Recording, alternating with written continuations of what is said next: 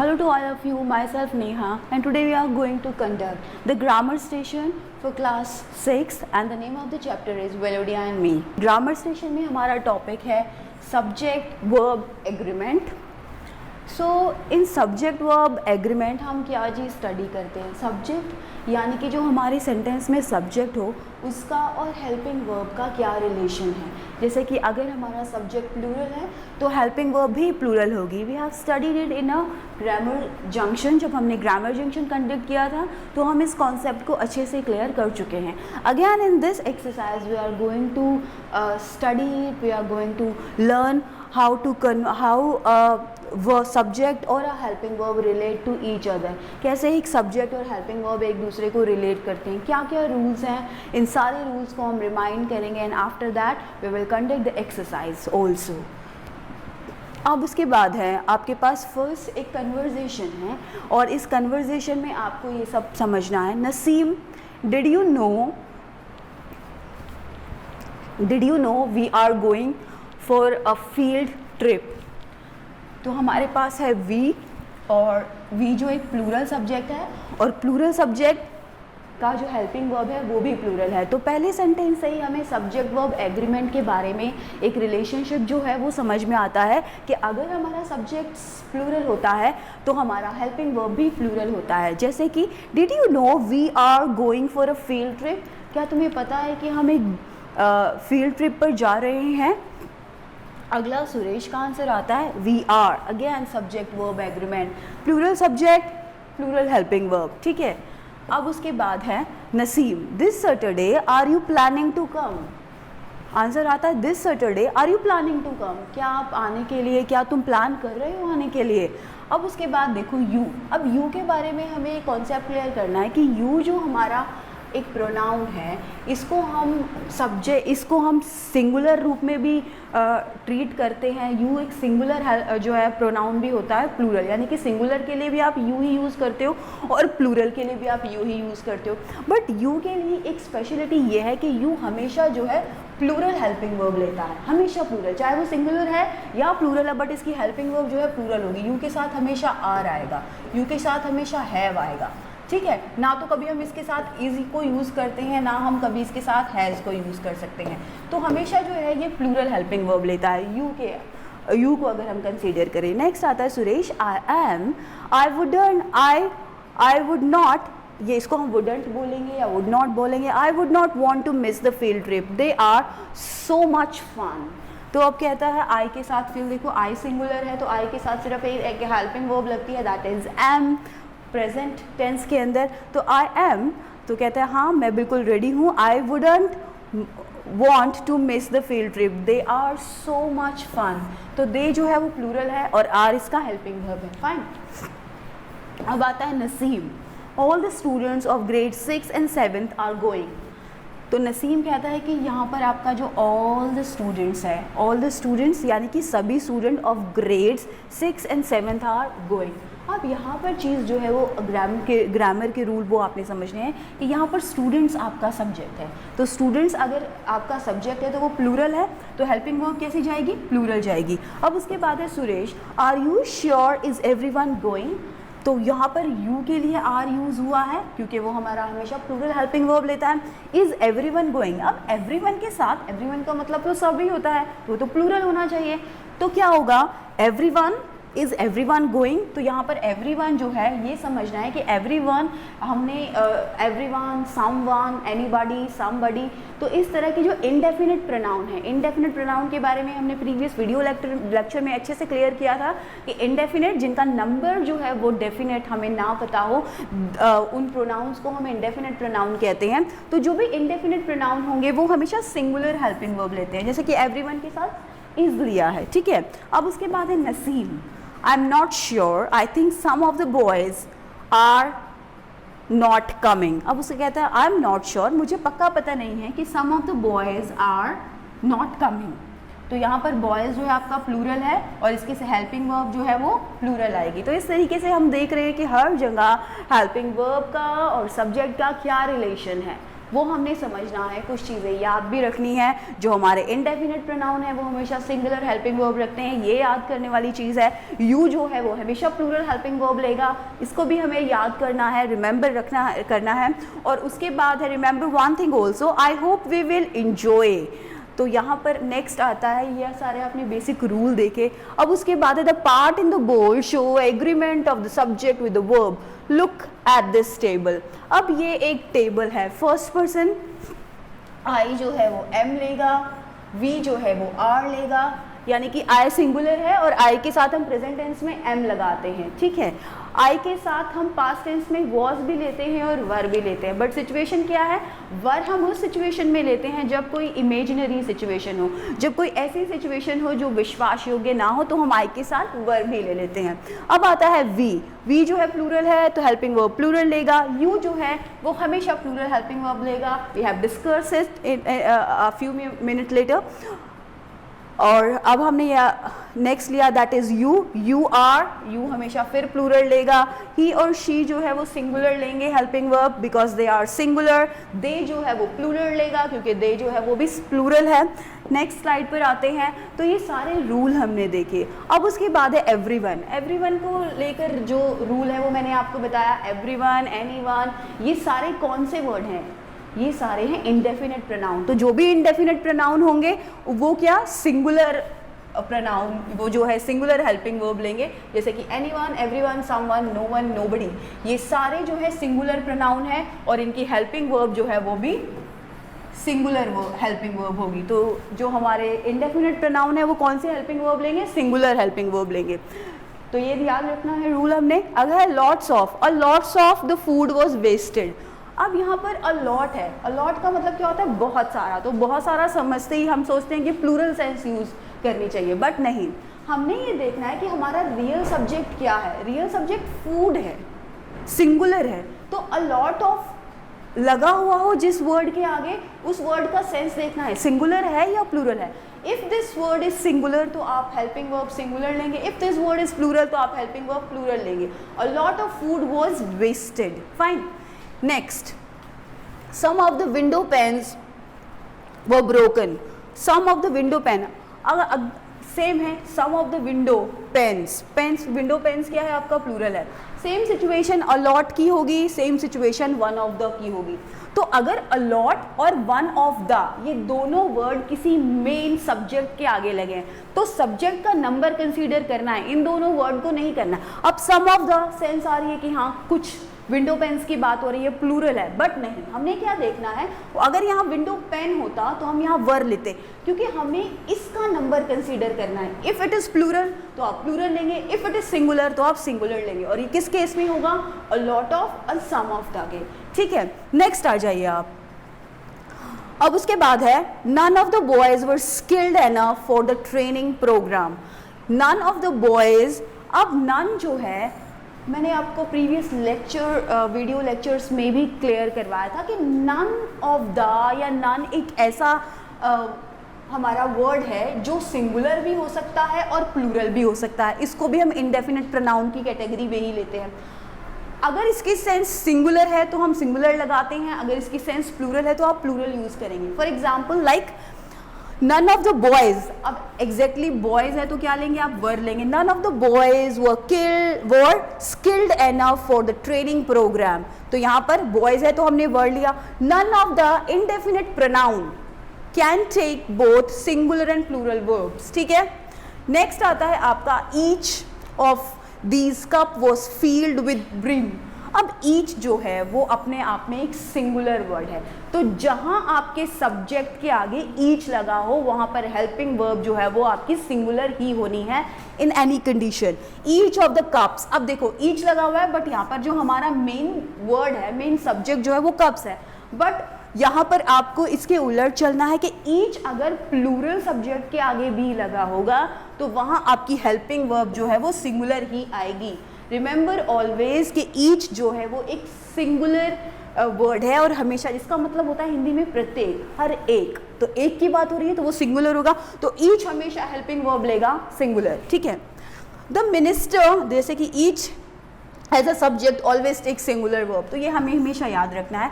अब अगला है द मिनिस्टर अलॉन्ग विद, हमने लास्ट प्रीवियस वीडियो लेक्चर में पढ़ा था कि along with as well as, ये तीनों अगर कहीं पर हैं तो हमें क्या देखना है, हमें अपना फर्स्ट सब्जेक्ट देखना है। द मिनिस्टर इज आपका सब्जेक्ट है, the minister along with his brothers was found guilty of accepting bribe. Bribe क्या होता है, रिश्वत को हम ब्राइब बोलते हैं। तो अब बेसिक चीज समझने की क्या है, द मिनिस्टर, मिनिस्टर हमारा सब्जेक्ट है, ठीक है, और अलॉन्ग विद ये हमने वर्ड ऐड किया है अलॉन्ग विद, बट दूसरी जो कंफ्यूजिंग चीज वो है ब्रदर्स। अब दो सब्जेक्ट्स को जोड़ा गया है इस अलॉन्ग विद से, तो जहां पर अलॉन्ग विद या एज वेल एज हो वहां पर आपने हमेशा पहले वाले सब्जेक्ट का नंबर जो है वो फॉलो करना है। अब मिनिस्टर सिंगुलर है इसीलिए हेल्पिंग वर्ब वॉज है, वर नहीं है। ब्रदर के लिए हेल्पिंग वर्ब जो प्लूरल आनी चाहिए थी वो नहीं, सिर्फ हमें पहले वाले को देखना है, दैट इज मिनिस्टर, तो हमने हेल्पिंग वर्ब लगाई singular means was. The subject minister is singular, thus though the verb is preceded by the plural subject, it's take the singular verb। तो हो बिल्कुल ये कंडीशन है कि यहाँ पर प्लूरल वर्ड है ब्रदर्स, बट जो हमारी हेल्पिंग वर्ब आएगी वो हमेशा किसको सब देखते हुए यूज करनी है, हमने वो हमारे फर्स्ट सब्जेक्ट को देखते हुए यूज करनी है। Whenever a subject is followed by phrase like along with, together with or as well as, the verb depends on the main subject and not the phrase that follows, ठीक है। अब next आता है आपका quality of the flowers has, the quality of the flowers has deteriorated, तो अब यहां पर क्या आएगा, the quality of the flowers has deteriorated, तो आप क्या लिखेंगे यहाँ पर, हमने क्वालिटी, देखो अब कंफ्यूजिंग चीज क्या है, क्वालिटी यहाँ पर हमें लग रहा है कि क्वालिटी है, of the flowers has deteriorated, तो यहाँ पर जो हमारी हेल्पिंग वर्ब आई है वो किसको देखकर आई है, क्वालिटी को देखकर आई है, फ्लावर्स को देखकर नहीं आई है। तो जो हमारा सब्जेक्ट क्या है वो क्वालिटी है, फ्लावर्स नहीं है, इस चीज से कंफ्यूज नहीं होना है। यहाँ पर बेसिक चीज क्या है, the subject the quality is followed by the prepositional phrase. अब यहाँ रूल क्या कहता है, देखो जब हमने क्लॉजेस को पढ़ा था तो ये हमारा क्या हो गया, द क्वालिटी हो गया आपका मेन क्लॉज और ये हो गया आपका फ्रेज, ऑफ से लेके डेट्रियोटेड तक। तो जो हमारा प्रपोजिशनल फ्रेज होता है जहां पर हमारा सेंटेंस का प्रपोजिशनल फ्रेज, अब ऑफ हमारी प्रपोजिशन है और क्वालिटी हमारा मेन सब्जेक्ट है, तो ये हमारा क्लॉज हो गया और ये हमारा प्रपोजिशनल फ्रेज हो गया। तो जब हमारा प्रपोजिशनल फ्रेज हो, जब हमारा फ्रेज प्रपोजिशन से स्टार्ट हो, ऑफ प्रपोजिशन है ना, तो ऐसी सिचुएशन में जो वर्ब होती है, हैज होती है, हैज है ना वर्ब, वो किससे रिलेट करेगी, वो हमारे मेन सब्जेक्ट से रिलेट करेगी, ना कि प्रपोजिशनल फ्रेज में आने वाले सब्जेक्ट से, ठीक है। अब नेक्स्ट आता है आइदर वाइल्ड लाइफ और marine life is going to be the theme of the environmental meet. अब आइदर और neither nor singular helping verb लेता है हमेशा, remember this, either wildlife और marine life is going to be the theme for the environment meet. तो यहाँ पर क्या है, जब आपका आइदर और हो या नाइदर नॉर हो तो जो आपका हेल्पिंग वर्ब होगा वो हमेशा सिंगुलर होगा, ईदर एसी और द फैंस। अब क्या करना है, देखो यहाँ पर कोई कंफ्यूजन नहीं है क्योंकि यहाँ पर वाइल्ड लाइफ भी सिंगुलर है और मरीन लाइफ भी सिंगुलर है, तो जब दोनों सिंगुलर हैं तो आप हेल्पिंग वर्ब सिंगुलर लेंगे, इसमें प्लूरल नहीं आएगा, कॉन्सेप्ट क्लियर है। बट व्हाट इफ आपका जो फर्स्ट सब्जेक्ट है वो तो सिंगुलर है, इफ द एसी और द फैंस, सेकेंड वाला जो है वो आपका प्लूरल है। तो जब आइदर और नाइदर नॉर वाली सिचुएशन हो तो हमें सेकेंड जो आपका नंबर है उसको देखना है, जो हमारा सेकंड सब्जेक्ट है उसका नंबर देखेंगे। अब फैंस प्लूरल है तो हमने क्या लेना है, हैव लेना है, हैज नहीं लेना है। नेक्स्ट है आपकी both the sentence use either और in the first sentence both the subjects are singular, thus the verb is also singular. However, in the second sentence the subject closest to the verb is plural, so the verb is plural. तो situation clear है कि जहाँ आपका either और होगा वहाँ पर अगर आपके दोनों सब्जेक्ट सिंगुलर हैं तो आपने हेल्पिंग वर्ब सिंगुलर लेनी है, और अगर आपके ऐसी सिचुएशन है कि जहाँ पर आपका पहला सिंगुलर है और दूसरा प्लूरल है तो आपको दूसरे वाले के नंबर को फॉलो करते हुए अपनी हेल्पिंग वर्ब को डिसाइड करना। अब देखो फैंस है यहाँ पर, तो हमने यहाँ पर प्लूरल के लिए हैव यूज़ किया, हैज़ नहीं यूज़ किया है इसको सूट करता हो, ठीक है। अब आता है आपका नेक्स्ट रूल, वो क्या है, here is the restaurant we had read about on the food guide, here is the. अब यहाँ पर सिचुएशन क्या है कि कुछ सेंटेंसेज में जब आपका सब्जेक्ट आता है ना, अब यहाँ सब्जेक्ट आपका रेस्टोरेंट है, बट वो शुरू होंगे हेयर से देयर से, तो हेयर और देयर को हम बिल्कुल इंटैक्ट रखें, कंफ्यूज होना ही नहीं है, हमें सिर्फ अपने सब्जेक्ट का नंबर देखना है। हेयर इज़ द रेस्टोरेंट, तो हमारा जो सब्जेक्ट है वो रेस्टोरेंट है, हेयर देयर हमारा सब्जेक्ट नहीं है, तो इस रेस्टोरेंट को कॉम्प्लीमेंट करता हुआ हेल्पिंग वर्ब क्या है, हैड है। Here is the restaurant we had read about on the food guide, तो यहाँ सिंगुलर है तो सिंगुलर आ गया है, ठीक है। इन दिस ये बिल्कुल एक्सप्लेन यही बात की गई है कि हेयर और देयर से आप इंटैक्ट रहो, कंफ्यूज नहीं होना है। अगर किसी सेंटेंस के शुरुआत में हेयर या देयर हो तो हमें अपना सब्जेक्ट जो हेयर या देयर के बाद में होगा उसको कंसीडर करना है, उसके नंबर को कंसीडर करना है, फाइन। अब नेक्स्ट आता है आपका, हमने यूनिट्स, नंबर और रुपीज़ की यूनिट्स, इस तरह के अगर कुछ वर्ड आए तो वहाँ हमेशा सिंगुलर हेल्पिंग वर्ब आएगी, जैसे कि 15 kg, और 15 kg अपने आप में प्लूरल लगेगा बहुत लोगों को, तो 15 kg, बट जो हेल्पिंग वर्ब आएगी वो ऐसी सिचुएशन में हमेशा सिंगुलर आएगी। 15 kg is the maximum weight you can carry on aeroplane, ठीक है। तो 15 kg जो है वो मैक्सिमम वेट है जो आप एरोप्लेन में कैरी कर सकते हो। तो यहाँ पर 15 kg देखने में लगेगा प्लूरल, बट हेल्पिंग वर्ब लेगा हमेशा सिंगुलर, क्योंकि we are talking about the units. जब हम यूनिट्स की बात करते हैं, चाहे वो यूनिट्स आपको किलोग्राम वाली हो, चाहे अमाउंट ऑफ मनी हो, या और यूनिट्स हो, तो वहाँ हमेशा हमने सिंगुलर हेल्पिंग वर्ब ही यूज़ करना है, ठीक है। Our family is going for the vacation to the Bahamas in December.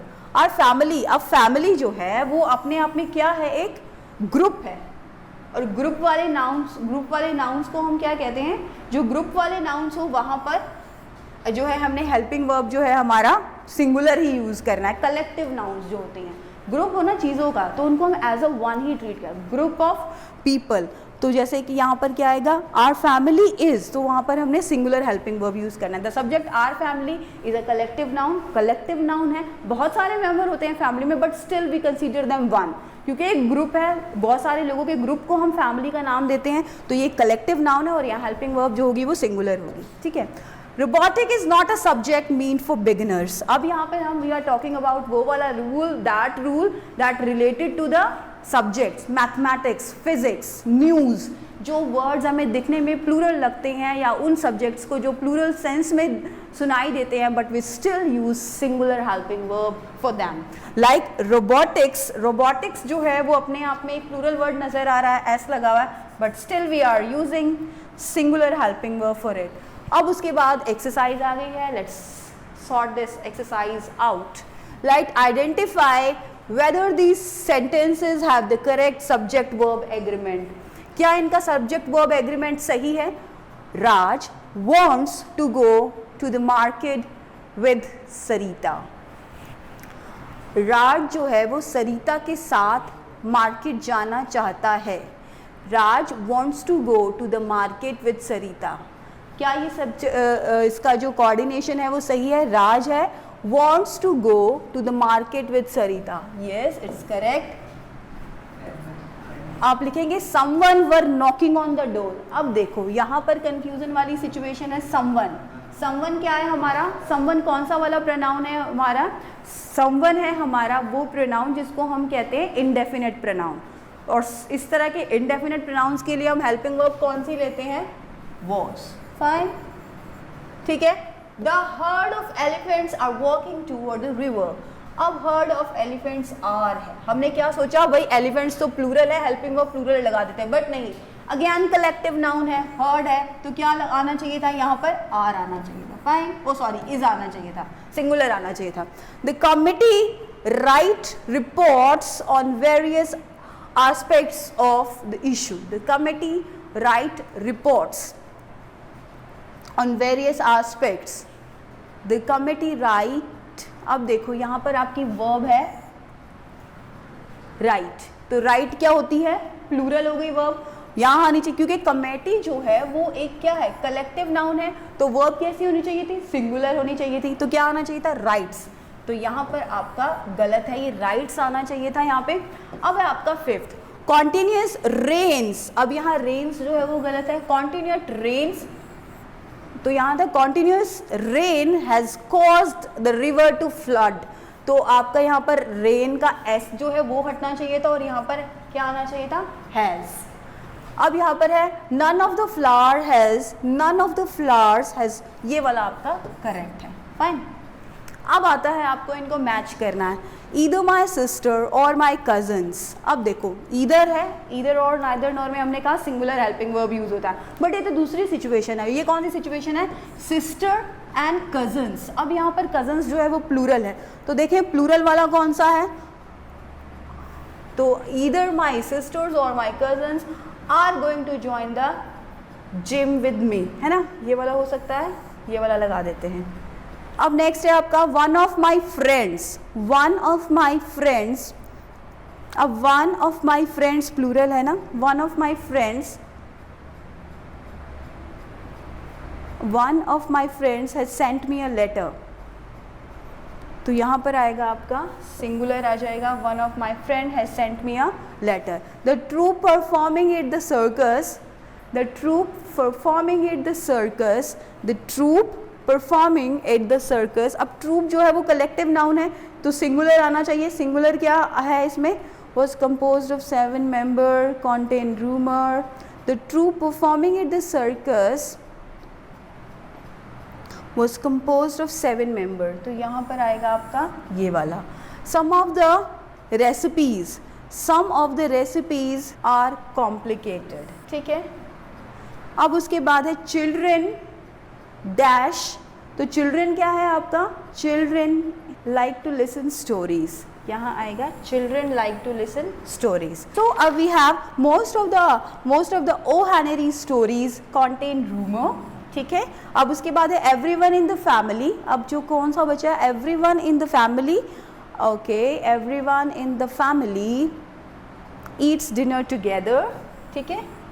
And last one is the metre of ribbon, the metre of ribbon cost 20 rupees. अब हम इसको एक्सप्लेन करेंगे। देखो अब यहाँ पर है आइदर माई सिस्टर और माई कजन्स, क्योंकि हमारा कजन्स जो है वो प्लूरल है, तो यहाँ पर हमारा प्लूरल हेल्पिंग वर्ब वाला सेंटेंस हमें कंबाइन करना है, are going to join the gym with me. अब उसके बाद है one of my friends has sent me a letter, क्योंकि फ्रेंड्स वन ऑफ है तो हमने यहाँ पर हैज़ यूज़ किया है, ठीक है। The troupe performing it circus, जो ट्रूप सर्कस में परफॉर्म कर रहा है। अब उसके बाद हमने इसका लिया वॉज कंपोज्ड ऑफ। अब ट्रूप्स जो है, ट्रूप ग्रुप है, कलेक्टिव नाउन है, तो इसके इसलिए हमने सिंगुलर हेल्पिंग वर्ब को लिया। तो इस तरीके से आपने ये देखना है कि सेंटेंस में जो सब्जेक्ट है उसका सेंस क्या है। अब some of the recipes are very complicated, most of the children, most of the O Henry stories contain humour, तो यहाँ पर जो स्टोरीज है वो है प्लूरल, तो यहाँ पर लिखेंगे कॉन्टेन रूमर। एवरीवन, अगेन जो एवरीवन है वो आपका क्या है, सिंगुलर है, तो सिंगुलर क्योंकि हमने इंडेफिनिट प्रोनाउंस के बारे में, तो indefinite likes to listen stories, sorry यहाँ पर आएगा ईट्स डिनर टुगेदर, क्योंकि हमारा यहाँ पर एवरीवन जो है सिंगुलर है, तो सिंगुलर हेल्पिंग वर्ब क्या है, ईट्स। ईट्स जो है वो अपने आप में सिंगुलर हेल्पिंग वर्ब है, प्लूरल नहीं है। प्लूरल कब बनेगी, जब हम इसका एस रिमूव कर देंगे। तो इस तरीके से हमने सॉर्ट आउट किया। अब आपके पास है fill in the blanks with the correct form of the appropriate verb from the box. आपको क्या करना है, अपने सब्जेक्ट को देखना है और देखना है कि यहाँ पर आपका हेल्पिंग वर्ब किस फॉर्म में आएगा। जैसे कि माई नेबर्स डॉग, अब क्या है यहाँ पर डॉग है, बार्क्स आ जाएगा। क्यों आएगा बार्क्स, क्योंकि डॉग जो है वो सिंगुलर नाउन है और सिंगुलर का हेल्पिंग वर्ब भी कैसा चाहिए हमें, सिंगुलर का मेन वर्ब भी हमें सिंगुलर चाहिए। और सिंगुलर कैसे बनेगा, जब हम इसके साथ एस लगाएंगे। ये एक ऑपोजिट रिलेशन है कि जो हमारी मेन वर्ब है वो सिंगुलर कब बनती है, जब हम उसके साथ एस या ईएस लगा देते हैं, फाइन। अब उसके बाद है before the performance the performance their lines, before the performance the performer, before the performance the performance practice. अब यहाँ पर जो है परफॉर्मर्स आपका प्लूरल है, तो इसकी जो प्रैक्टिस होगी ये भी प्लूरल होगी, और प्रैक्टिस प्लूरल कब बनेगी, जब हम इसको एज इट इज प्रैक्टिसेस नहीं लिखेंगे, प्रैक्टिस ही लिखेंगे। Practice their lines. The man who sell ice cream, the man who sell ice cream dash like someone I know. The man who sell ice cream, the man who sells ice cream, the man who sells ice cream like someone I look like. तो यहाँ पर क्या आएगा, looks। the man who sells ice cream looks like, तो अब देखो यहाँ पर man जो है वो सिंगुलर है, तो इसका जो हेल्पिंग वर्ब होगा, सॉरी इसका जो मेन वर्ब होगा वो भी सिंगुलर होगा, और सिंगुलर मेन वर्ब को सिंगुलर कैसे बनाते हैं, एस लगाकर, ठीक है। अब है Lalit dash 5 eggs every day। अब क्या आएगा, ललित जो है वो पर्सन एक है, तो क्या आना चाहिए, ईट्स, सिंगुलर आना चाहिए, सिंगुलर है ना ललित, तो इसकी जो मेन वर्ब होगी वो भी सिंगुलर होगी, एस लगा के सिंगुलर बनाएंगे। One of these bands in the clubs, one of these bands plays, क्या आएगा, प्लेज, प्लूरल, इसके सिंगुलर आएगी वन ऑफ दीज, तो एक है इसीलिए plays. Some of these plants well in the dry climate, some of these plants thrives. अब देखो यहाँ पर हमारा क्या है, सम ऑफ दीज, वही इंडेफिनिट हो गया ना, some of these plants thrives well in the dry climate. अब उसके बाद है आपका your school has just the annual science exhibition, right a few line about it and use at least 5 of the rule subject verb agreement. अब आपके school में एक annual science exhibition है, आपको एक कन्वर्जेशन लिखनी है या लाइंस लिखनी है, और उन लाइंस को जस्ट एक लाइंस लिखनी है, आपको कुछ लाइंस लिखनी है साइंस एग्जीबिशन के बारे में, और वहाँ जो आप सब्जेक्ट यूज़ करोगे और जो हेल्पिंग वर्ब यूज़ करोगे या मेन वर्ब यूज़ करोगे उनका सही कॉम्बिनेशन बनाना है, considering all the rules we have learn in this subject verb agreement. This was what we have learn about subject verb agreement. Thank you for being with us, stay tuned and keep learning.